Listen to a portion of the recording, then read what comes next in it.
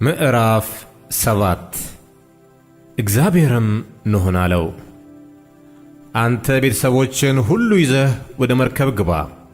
በዚህ ትውልድ በፊቴ ጻድቅ ሆነህ አይቼሃለሁና ከንጹሕ እንስሳ ሁሉ 7 ተባዕትና እንስት፣ ንጹሕ ካልሆኑ እንስሳም 2 ተባዕትና እንስት፣ ከሰማይ ወፍ ደግሞ 7 ተባዕትና እንስት እያደረግህ በምድር ላይ ለዘር ይቀር ዘንድ ላንተ ትወስዳለህ። ከ7 ቀን በኋላ 40 ቀንና 40 ሌሊት በምድር ላይ ዝናብ አዘንባለሁና የፈጠርኩትንም ፍጥረት ሁሉ ከምድር ላይ አጠፋለሁና። ኖኅም እግዚአብሔር እንዳዘዘው ሁሉ አደረገ። ኖኅም የጥፋት ውኃ በምድር ላይ በሆነ ጊዜ የ600 ዓመት ዕድሜ ነበረ። ኖኅም ስለ ጥፋት ውኃ ልጆቹንና ሚስቱን የልጆቹንም ሚስቶች ይዞ ወደ መርከብ ገባ።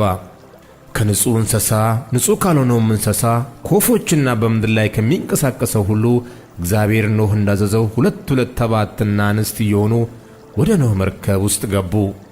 ከ7 ቀንም በኋላ የጥፋት ውኃ በምድር ላይ ሆነ። በኖኅ ዕድሜ በ6ኛው መቶ ዓመት በ2ኛው ወር ከወሩም በ17ኛው ዕለት በዚያው ቀን የታላቁ ቀላይ ምንጮች ሁሉ ተነደሉ። የሰማይ መስኮቶች ተከፈቱ። ዝናቡም 40 ቀንና 40 ሌሊት በምድር ላይ ሆነ። በዚያውም ቀን ኖኅ ወደ መርከብ ገባ።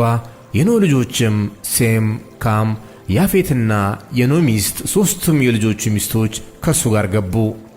እነርሱ አራዊትም ሁሉ በየወገናቸው፣ እንስሳትም ሁሉ በየወገናቸው፣ በምድር ላይ የሚንቀሳቀሱ ተንቀሳቃሾችም ሁሉ በየወገናቸው፣ ወፎችም ሁሉ በየወገናቸው፣ የሚበሩ ወፎች ሁሉ ሥጋ ያላቸው ሕያዋን ሁሉ 2 እየሆኑ ወደ ኖኅ ወደ መርከቡ ውስጥ ገቡ። ሥጋ ካለው ሁሉ የገቡትም ተባዕትና እንስት እግዚአብሔር እንዳዘዘው ገቡ። እግዚአብሔርም በስተኋላው ዘጋበት። የጥፋትም ውኃ በምድር ላይ 40 ቀን ነበረ። ውኃውም በዛ፣ መርከቢቱንም አነሣ፣ ከምድርም ወደ ላይ ከፍ ከፍ አለች። ውኃውም አሸነፈ፣ በምድር ላይም እጅግ በዛ፣ መርከቢቱም በውኃ ላይ ሄደች። ውኃውም በምድር ላይ እጅግ በጣም አሸነፈ።